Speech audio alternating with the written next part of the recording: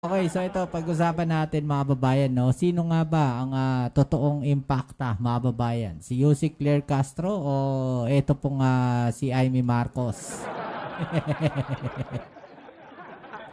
No, kasi para sa mga DDS mga babayan, no, impacta po itong si Yusek Claire Castro kasi no, talagang durug na durug po sila lalo na si Sara Duterte, wasak na wasak lagi kay Yusek Claire. No, hindi sila makabuelta, mga babayan, kaya ang gagawin nila, aatakihin na lang nila, no, yung tao. Ganun naman kasi talaga ginagawa nito mga DDS na to, no, na kapag hindi sila manalo sa argumento, ang gagawin nila, yung tao mismo ang aatakihin nila.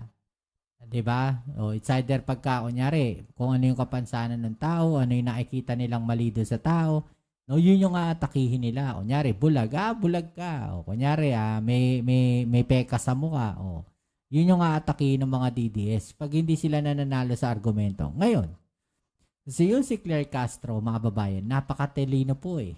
'Di ba? Pagka may mga tanong sa kanya, talagang nasasagot niya ng maayos.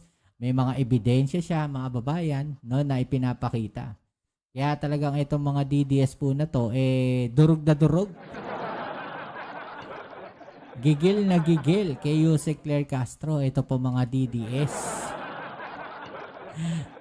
Okay, so ito, panoorin muna natin mga babayan, no? Ito pong isang video netong si Amy Marcos na kung saan hindi ko alam, no, sino kaya gumawa nito kasi alam mo itong si Senator Amy Marcos may mga kaibigan to na gumagawa ng mga video no, at marunong gumawa ng video, 'di ba? Alam niyo naman kung sino po 'yan, 'di ba? So ito siguro mga babayan, hindi sila maka-atake po, no, dito po kay Jose Claire Castro, dito nila idinaan sa video. Kasi, ito play muna natin mga babayan, tapos pag-usapan po natin. Alright? Let's go. Alam niyo ba, yung ICC, So, ang sinasabi po, ICC. nasa ICU na. Nasa ICU na daw ang ICC, mga babayan. Oo, naghihingalo.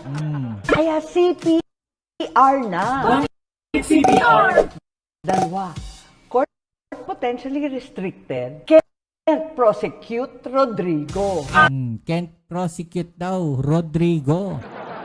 No, can't prosecute daw si Duterte, mga babayan. No, yun daw po ibig sabihin ng CPR.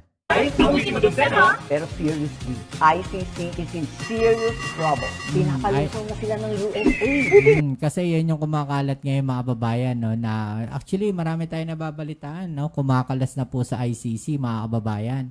'Di ba, ng mga bansa kasi nagbanta po yung Amerika no, na bibigyan sila ng sanction pag hindi sila bumitaw sa ICC. At yung Pilipinas po, no, naninindigan pa rin, no, na meron pa mga hindi tapos, no, na kaso diyan sa ICC. Pero matagal na po tayong bumitaw sa ICC, mga kababayan. 'Di ba? Ang problema lang kasi may mga kaso pa po, no, ang Pilipinas na nasa ICC. Kasama nga po diyan ito pong kay Rodrigo Duterte. 'Di ba? So hindi ho pwedeng basta cancelin yung kaso na 'yon. No? At pansinin ninyo, may sinabi ba yung Amerika? No, na yung Pilipinas bibitawan nila? Wala naman, 'di ba? So ito, parang gusto lang nilang sabihin, palabasin na wala na, no? Parang sinisira na nila mababayan yung ICC. 'Di ba? Na, ICU lang, hindi DOA. Dead on arrival? Anong dead on arrival? Denial of authority. Kasi po tayo makakapante. Bakit? Kasi kahit mawala ang ICC, meron pa rin IPC. IPC? Ano yun? International Pink Coalition. May International Pink Coalition daw, mga babayan.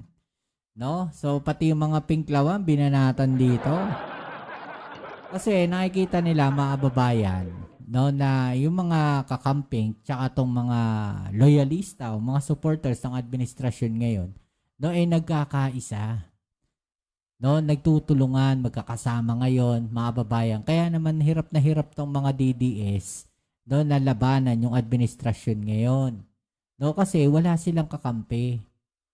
No? Dahil yung mga dilawan, mga kakamping, yung mga pro-administration, mga loyalista, mga babayan, no, nagtutulong-tulong, nagsasama-sama para labanan po ang fake news netong mga DDS.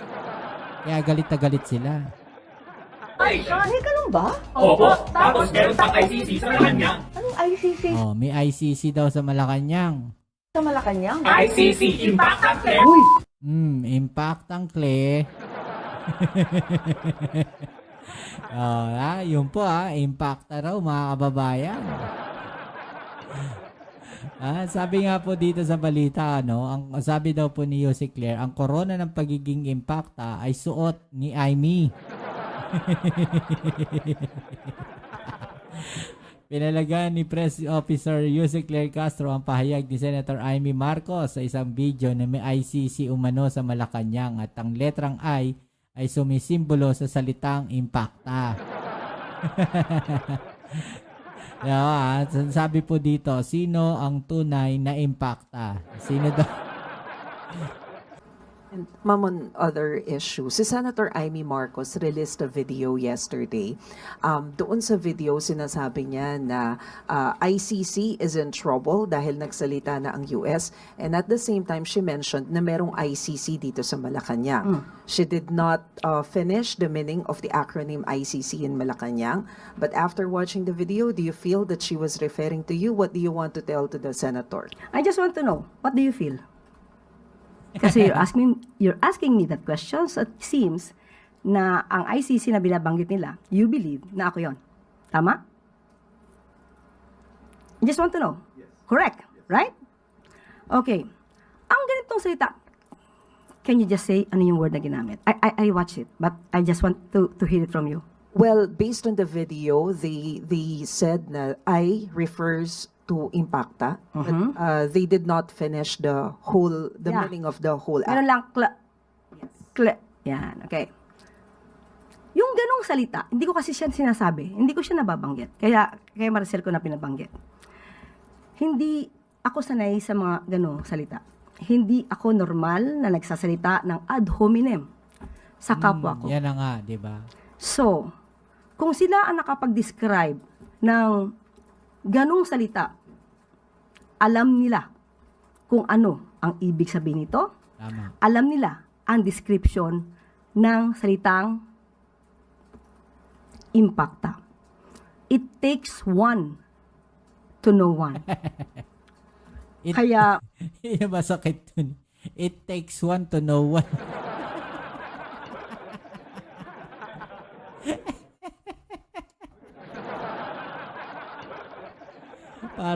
Parang sinabi niya nga, hindi yan na masasabi ni Amy Marcos kung hindi rin siya impacta.